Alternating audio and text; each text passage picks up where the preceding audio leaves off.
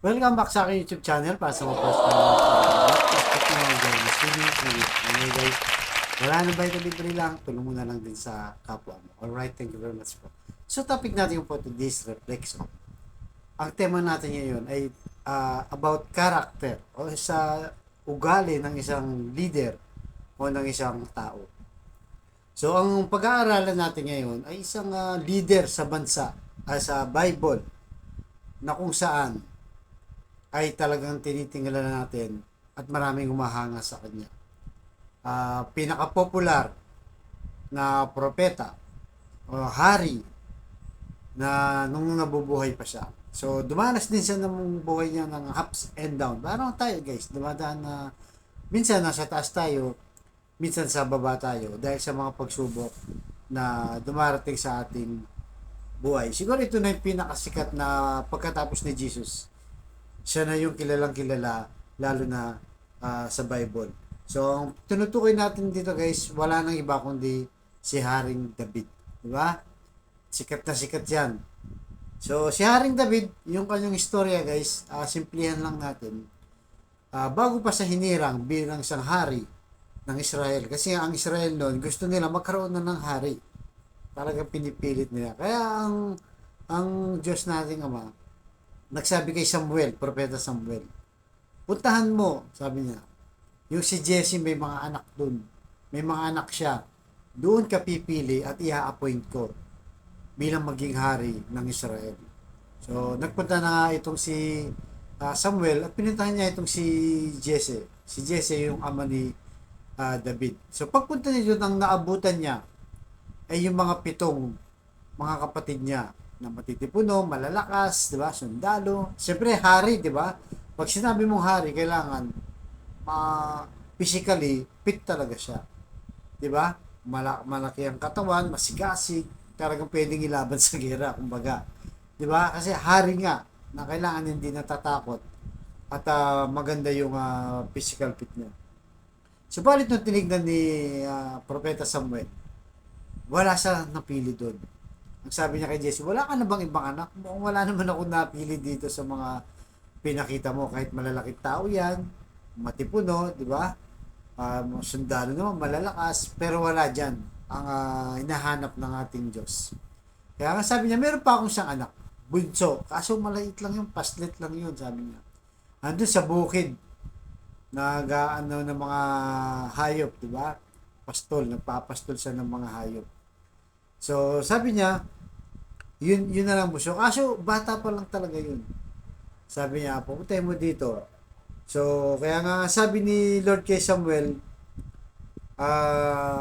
si David ang piliin mo. Kaya nga sabi niya sa unang Samuel chapter 16 verse 7, hindi ako tumitingin na gaya ng pagtingin ng tao. Ang tao tumitingin sa panlabas na kaanyuan. Ngunit, ang tinitingnan ko ay puso. So guys, di ba, napakalinaw. Hindi tumitingin ang Diyos sa panlabas. O yung, kumbaga sa atin, ito yung display lang, di ba? O don't judge the book by its cover. So kung titingnan natin guys, yun ang karakter ng Diyos na gusto niyang mamuno sa Israel. Dahil siguro, kahit matitipon na to, baka mamaya may attitude naman, di ba? Yung walang awa sa mga nasasakupan niya, mahigpit. Di ba? Yung mga kapatid ni David, kaya hindi yung mga pinili. Kaya pinili niya, bagat bata pa lang, musmus pa lang itong si Haring David. Dahil sabi niya, sa puso ako tumitingin. Siguro, mabait na tao to. Itong si David, at talagang nakakaunawa at susunod sa kagustuhan ng Diyos. Kaya siya yung pinili. So madalas guys, ang nangyayari sa atin sa panahon natin ngayon, at kahit noon pa, na lahat tayo guilty.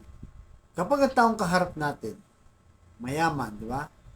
Mag-aara yung kotse, maraming negosyo, maraming bahay, iba tingin natin, di ba? Yung respeto mo talagang parang ayaw mo magkamali sa sasabihin mo. At talagang lahat ng sasabihin niya, oo ka na lang. 'Di ba? Lalo na kung nakita mo, 'di ba? Puro Louis Vuitton yung kanyang mga suot.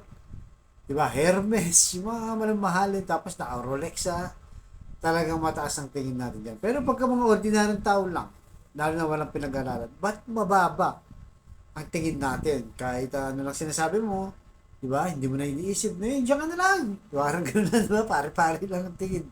Di ba? Bahala ka, gano'n, di ba? Dahil mahirap lang siya. So tayo po lahat dyan guilty. Kahit ako guys, lahat tayo. Kasi yun ang kalakaran talaga sa mundo. Kaya, ang sinasabi sa atin na sa pagninilay natin to, titingin tayo sa puso ng tao, sa kabutihan. Ano naman kung janitor yan? Kung mabait naman pala siya, di ba? Tutulungan ka niya kung may kailangan ka at ituturo niya kung ano man yung gusto mong malaman. Ano naman kung janitor lang yan, di ba? Siya yung naglilinis, di ba? Mabait naman yan. Ayaw niya ng marumi sa kapaligiran. Di ba? Yung mga taong mababa lang yung level, minsan talaga maliit lang ang tingin natin. Pero sa puso tayo tumingin, guys. Meron kasi talagang tao na hindi ko naman sinasabing lahat ng mayaman hindi mabuting tao. Meron din namang mayayaman na talagang iba yung trato sa mga empleyado, di ba? Mabait, inaalala yung mga empleyado, kaya mga kamag-anak mo, kung mayaman ka, tapos mahirap, tumutulong ka, yun ang pinaka-the best, di ba? Mayaman ka. Paano kahit kung mahirap ka naman, ganun din naman. Mabuti ka, mabait ka tao, tumutulong ka, kahit hindi sa usapin ng pera, sa physical, o kung ano pa mang bagay na kailangan mong maitulong. Kaya sa puso tumitingin ang ating ang Diyos. Kahit ano bang estado ng buhay. Kasi pag mga ibang mayayaman, di ba? Pag tumulong sila, papakita sa media, ipopost sa FB account, Instagram, papakita lang, ito, tumulong ako daw, nagbigay ako ng relief goods. Di ba? Nagbigay ako ng pabahay, nagbigay ako kung ano-ano, pinapakita pa. So, hindi naman masama yung mamigay ka, di ba? Pero yung, ibig sabihin, yung tao sa puso, kaya ang Diyos tumitingin sa puso ng tao. Kaya kung maalala niyo guys, isa sa Bible verse, di ba? Nung nagdasal yung dalawang tao na isang mapagkumbaba at isang mapagmataas.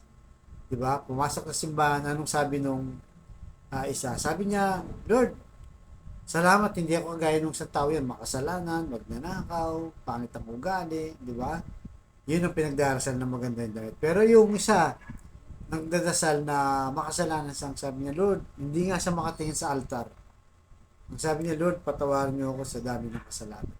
So, sa puso, hindi sa display. Kung minsan, di ba, kahit sa simbahan, ginajudge natin, naka-short lang siya, nakasando, minsan, bagamat hindi ko naman sinasabi na pag pumunta ka talaga o nagsimba ka sa simbahan, lalo sa ating mga Katoliko, nakasando ka na lang, tsinelas at short.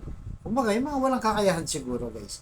Pero kung may kakayahan ka naman, kagaya ko, guys, hindi naman ako nagsisimba nang naka-short lang o naka-tsinelas. Siyempre, respeto rin. Dahil magpupuri ka, magpapasalamat ka sa Diyos. Ang tinutukoy ko, yung walang kakayahan lang. Napadaan lang, may mabigat na problema, gustong magdasal, di ba? Kaya, hindi natin yung pwedeng i-judge. Sa puso yon. Kung taimtim naman siyang nanalangin o taimtim siyang humingi ng tawad, baka tatalunin pa yung nakabihis sa loob ng simbahan. Diba? So, yun po ang ating pag-aralan na sana sa puso tayo tumingin sa kahit anumang estado ng buhay ng kaharap natin. Kaya po ang ating pagdasal sa atin ng Diyos na sana manatili sa atin yung pagiging mababa ang loob, yung puso ang umiran, hindi yung panlabas na kaanyuan. So, type mo na lang. Lalo na sa kapatid natin nanonood sa aking vlog na may matinding karamdaman, problema sa pamilya at problema rin sa financial. Sabayin mo ako sa napakasimpleng dasal na kung kayo maniwala at magtiwala, tsak yun kanyang pagkakaloon. Lord, i-bless niyo po ang kapatid namin nanonood sa aking vlog na may matinding karamdam. Stage 4 cancer na. May taning na sa buhay. Bedridden na, Lord. At yung ano-ano pa mga karamdaman bumabalot sa kanyang katawan. Ipuhin niyo po, Lord, na yung mapagpagaling na kamay. Haplusin niyo po. Tanggalin niyo po ang kanyang karamdaman. Ganon din po sa pamilyang nasira na nagkawatak-watak dahil sa hindi pagkakaunawaan. Ibalik niyo po ang kanilang magandang samahan. At lalong-lalo na po, Lord, sa financial. Yung kapatid namin walang-wala, Lord. Ultimong pambili ng 1 kilo ng bigas, wala, Lord. Isang lata ng sardinas. Pambili ng gamot. Pambaon sa mga bata. At kung ano-ano pa mga financial na kailangan ng aming pamilya. I-bless niyo po Lord ang aming hanap buhay. So lahat ng ito yung ibig namin. Sa matamis na pangalan natin Panginoon Jesus. Amen and amen. To God all be the glory. Sa ngalan ng Ama ng Anak, ng Diyos Espiritu Santo. Thank you very much.